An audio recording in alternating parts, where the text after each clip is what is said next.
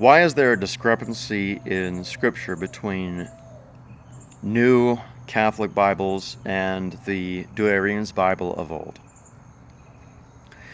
If you look in the Old Testament, you'll see that in the Douay-Rheims Bible, there are 4 books of Kings: 1st, 2nd, 3rd, and 4th Kings. But in, say, like the New American Bible, you've got 1st and 2nd Samuel, 1st and 2nd Kings, and those are just different titles. So, what's that all about? Well, I'm here to just try to explain what the difference is, and somewhat the reason why there is a difference in the first place. First of all, I want to explain that it's not necessarily because of scholarship per se, because the historical reason would be that Samuel is the author of 1st and 2nd Samuel, so obviously we're just going to call it 1st and 2nd Samuel. That's the reason why we call the book of Sirach, because Sirach is the author. So we're just doing the same thing with 1st and 2nd Samuel, except there's a problem there. 2nd Samuel wasn't written by Samuel. 2nd Samuel, which for the Douay-Rheims Bible would be 2nd Kings, was actually written by Nathan and Gad. So if we were going to be scholarly about it, according to authorship, we would have to call it 1st Samuel, or not 1st Samuel, the book of Samuel, the book of Nathan and Gad, or maybe we would just say one of the authors, the book of Nathan, something like that, or the book of Gad. I'd prefer that one. Gad.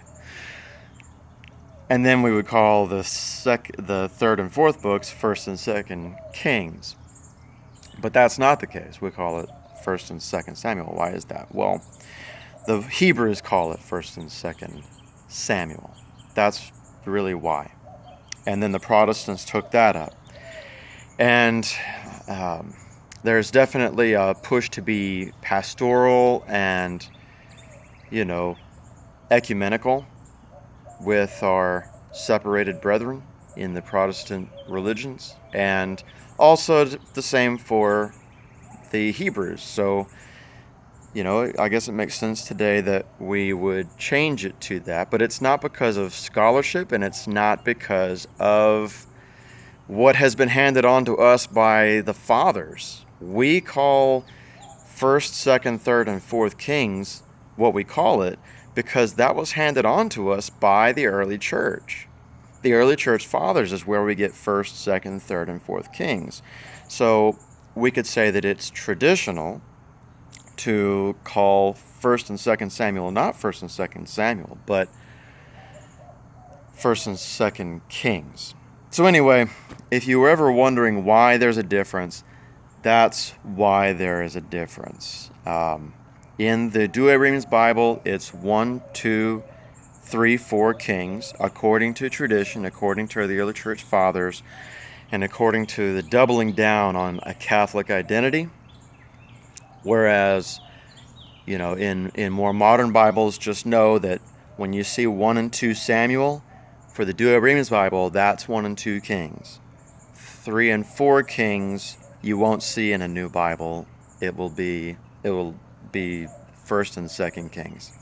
I apologize for that confusion, but I hope this video helps you to understand, why there is a confusion in the first place when you read the Douay-Rheims Bible. It's not because the Douay-Rheims necessarily got it wrong, and today we have kind of a more accurate description of what these Bibles, are. It's because the Douay-Rheims Bible is what has been handed on for centuries, and now we're doing something different. So I hope that helps. I hope that we could perhaps maybe say a prayer that we focus more on a Catholic identity for the sake of ecumenism and for the sake of a pastoral approach. Because I think a good Catholic identity would be something called for in, our ecumenical dialogue and in a pastoral approach. Anyway, Godspeed. thanks for watching. If this is helpful, if you find this beneficial, please like and subscribe, and stay hungry, my friends.